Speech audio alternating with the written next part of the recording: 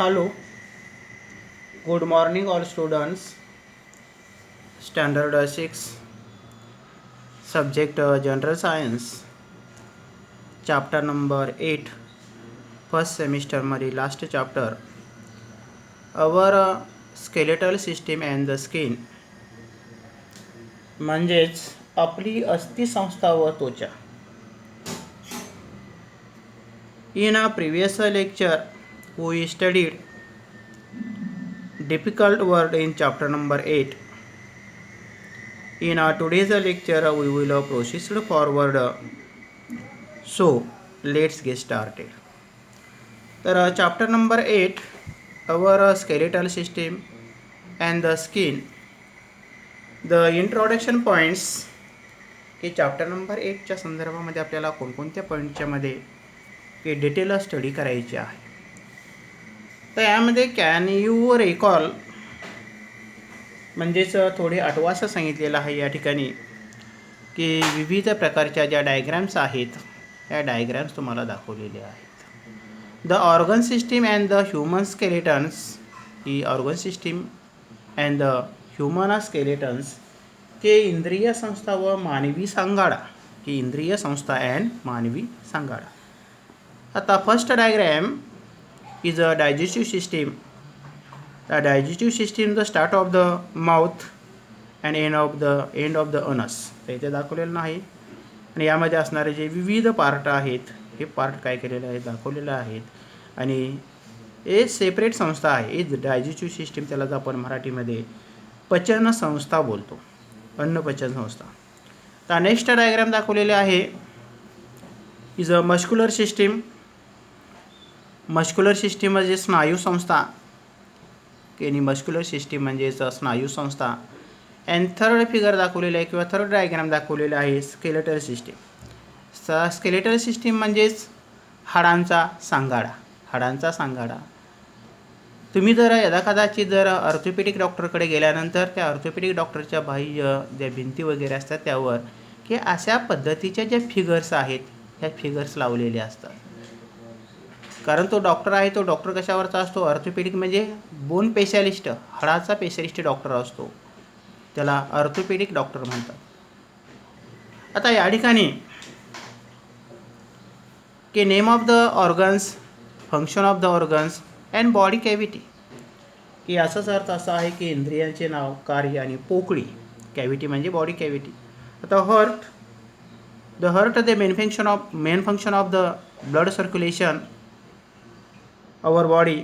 आणि body cavity दिलेला आहे की थोरॅसिक कॅव्हिटी, लंग्स, रेस्पिरेशन, श्वसन संस्था या संदर्भात आहे. आणि थोरॅसिक कॅव्हिटी आहे की ती छातीच्या पिंजऱ्यामध्येच असतात. त्यानंतर इंटेस्टाईन्स म्हणजे आतडे. डायजेशन अँड अब्सॉर्बेशन, की इंटेस्टाईन्स म्हणजे digestion and absorption of the water, energy and provide the all cells. Brain, the control and coordination. तर कंट्रोल अँड कोऑर्डिनेशन की संपूर्ण बॉडीवर नियंत्रण ठेवण्याचं कार्य. त्याचबरोबर कोऑर्डिनेशन म्हणजेच सुसूत्रता ठेवण्याचं कार्य करत असतो. आणि कार्नियल कॅव्हिटी, त्याचं बॉडी कॅव्हिटी आहे ते म्हणजे कार्नियल कॅव्हिटीमध्ये असतो, त्याला आपण स्कल बोलतो. आणि त्या स्कलच्या खाली काय असतो, ब्रेन असतो. Is a very delicate parts on the body.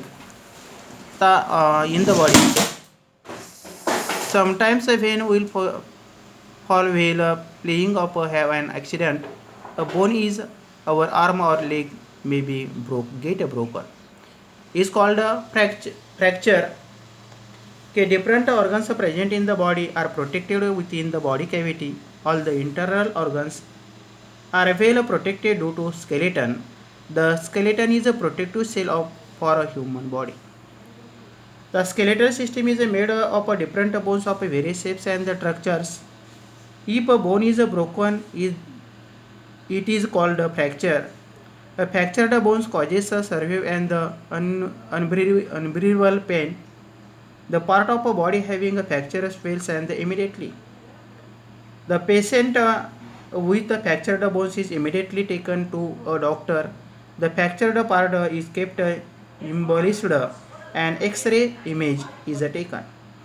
Due to X-ray investigation, exact damage and the place of fracture is understood. The proper treatment is then given to the patient. The X-rays were discovered by the William Conrad Roentgens. The X-rays were discovered by the William. तर आपल्याला नाव दिलेलं आहे की या प्रतिमेचा शोध Roentgen या शास्त्रज्ञाने काय केलेला आहे की विल्यम कोनॉर्ड रॉन्टेजन या शास्त्रज्ञाने रिसर्च केलेलं आहे. आता यामध्ये look the figures. An x-ray image a fractured bones, की ज्या ठिकाणी बोन्स फ्रॅक्चर झालेलं आहे ते आपल्याला एक्स-रे इमेजमधून आयडेंटिफाय करता येतं डॉक्टरला, आणि त्या आयडेंटिफायवरून त्या पेशंटला त्या पद्धतीची काय करावं लागतात, मेडिसिन्स द्यावे लागतात, औषधं द्यावी लागतात. इज अ पॅस्टर, आणि ज्या ठिकाणी बोन फ्रॅक्चर झालेलं आहे त्या ठिकाणी काय केलं जातं, पॅस्टर केलं जातं, आणि पॅस्टर केल्यामुळं जे बोन आहे ते बोन व्यवस्थित भरलं जाऊ शकते किंवा सरट्रेट होऊ शकतं. आता या ठिकाणी सांगितलेलं आहे की लेटस ट्राय दिसमध्ये the skeleton system is formed of all the bones of the body along with the associated associated by the cartilage. आता the functions of the skeletal system. The functions of the skeletal सिस्टीमचे functions काय आहेत, the give a shape to the body, provide support to the body, protect the delicate internal organs, the minerals and the salts are stored in the bones, the movement of the body is possible due to the skeleton. The types of the bones, के structure of bones, types of bones. तर या ठिकाणी structure of बोन्समध्ये की bones are hard and strong, की काही smooth असतात तर काही अतिशय कठीण असतात. कार्टिलेज आर फ्लेक्झिबल, की कानामधली जी हाडं आहेत ही कसं असतात, फ्लेक्झिबल असतात. There are two constituents in the bones biotic and abiotics. The bone cells are abiotics. The calcium carbonate, calcium phosphate and minerals are salt together form the abiotic constituents. The shape of the bones is different. As the body growth takes place, the bones become strong and powerful. The bones growth occurs only till a certain age. A tall person has a longer bones, की ज्या व्यक्ती उंच असतात त्यांचे जे हाडं जे आहे ते सुद्धा कसे असतात, लांब असतात. The types of the bones of our body are classified into 4 types. Is a flat bones. तर त्याला फ्लॅट बोन्स कशाला म्हणायचं, की त्याला आपण चपटे हाडे, फ्लॅट बोन्स म्हणजे चपटे हाडं दाखवलेले आहेत या ठिकाणी फिगरमध्ये किंवा डायग्रॅममध्ये. स्मॉल बोन्स, लहान हाडं दाखवलेले आहेत बोटामधली, कानामधली वगैरे. इरेग्युलर बोन्स म्हणजेच अनियमित हाडे या ठिकाणी हे दाखवलेले आहेत, अनियमित हाडे. आणि लॉंग बोन्स या ठिकाणी काय केलेले आहेत, दाखवलेले आहेत. आता टाइप्स ऑफ द बोन्समध्ये फ्लॅट बोन्स आहे, स्मॉल बोन्स आहे, इरेग्युलर बोन्स आहे आणि लॉंग बोन्स आहे. ते डायग्रॅममध्ये काय केलेले आहेत, दाखवलेले आहेत. तर यामध्ये skull sub part of the face, चेहरा, the axial skeleton bones of the 14 and पिक्वेरिटी, the only bones of the jaw, mandible is a movable. जो वरचा जबडा आहे तो वरचा जबडा आपला हलू शकतो. द मुव्हेबल जॉ म्हणजे जबडा.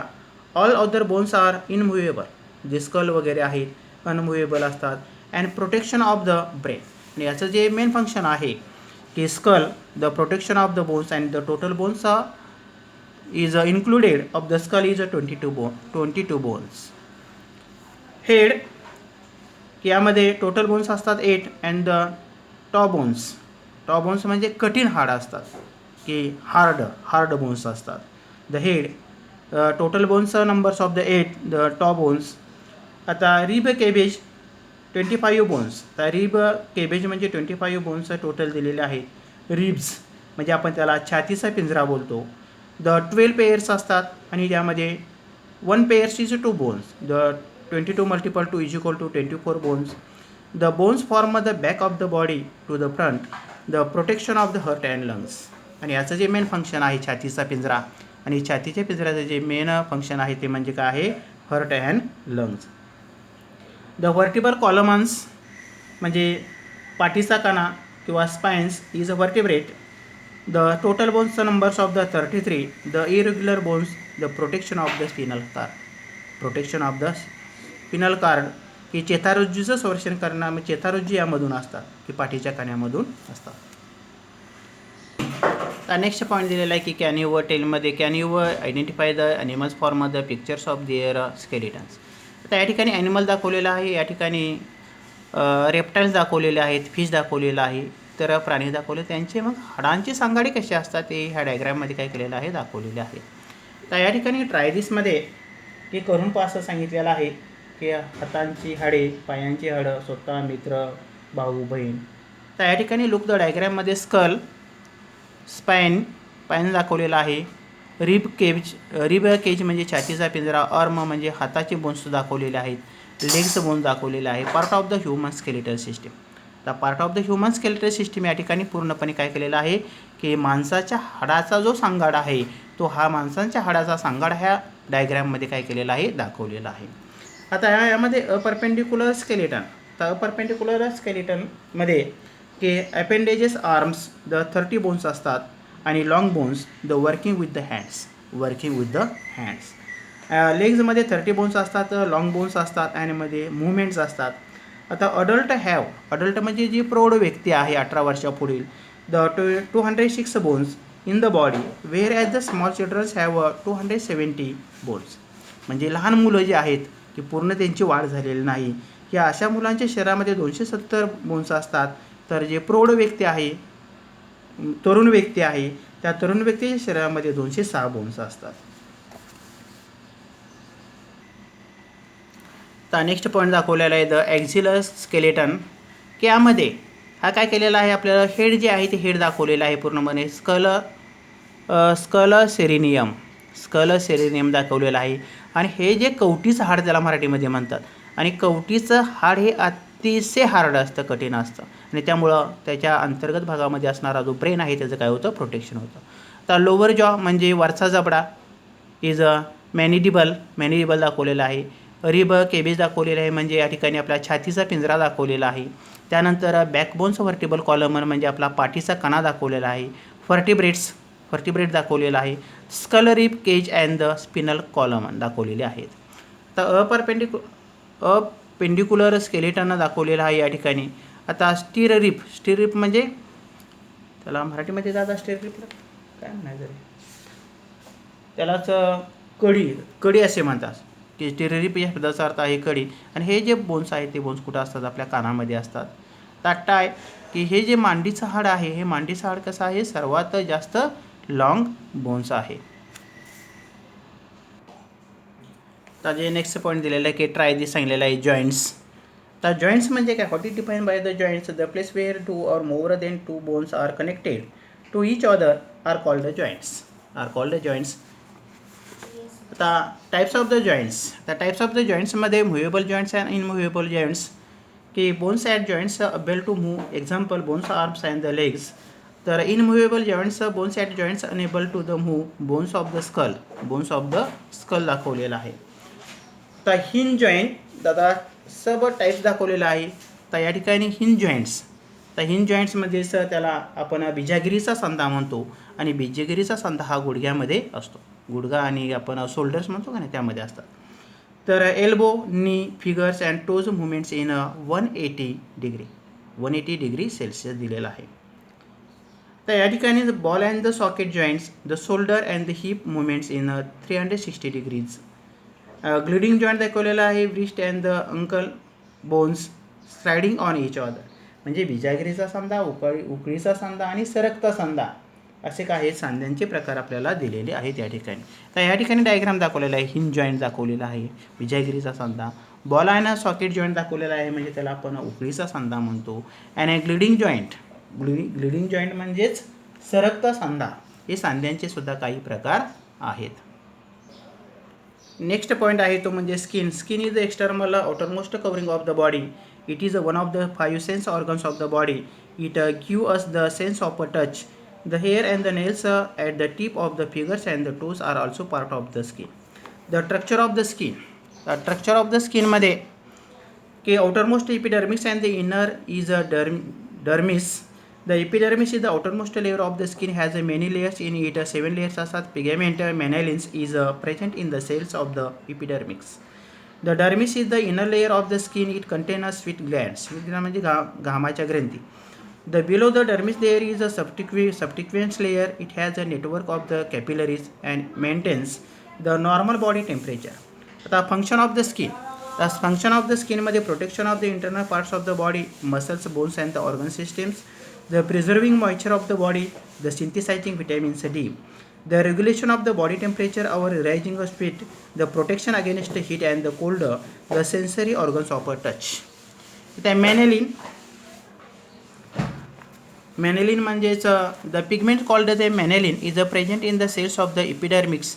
The manalin is synthesized in a certain glands in the skin. The percentage of manalin decides of the fairness or darkness of the skin. The color of the skin also depends on the climate. Maintain a protect our skin and the inner parts from the ultraviolet sun rays. म्हणजे मॅनेलिनच्या ह्याच्यावरून तुमच्या शरीराचा जो रंग आहे हा रंग काय असतो अवलंबून असतो. आणि यामधला लास्ट पॉईंट आहे ऑब्झर्व अँड डिस्कसमध्ये दिलेला आहे की sweet glands are present in the dermis layer of the skin. The sweet helps to the reduce the increased temperature. Our body temperature is normally regulated approximately at 37 degree Celsius और 98.4 Fahrenheit. 98.4 Fahrenheit. With the old age, the protection of the fat beneath of the subsequent layer of the skin reduces. Due to this previously taught skin wrinkles or wrinkles thus appears on the skin. म्हणजे उतरत्या वयामध्ये जी skin आहे ती skin काय झालेली असते loose झालेली असते किंवा त्यावर सुरकुत्या पडलेल्या असतात. तर आजच्या व्हिडिओमध्ये आपण इथपर्यंतच भाग अभ्यासणार आहोत की पुढील व्हिडिओपासून आपण चॅप्टर नंबर 8 याची डिटेल माहिती अभ्यासणार आहोत. थँक्यू.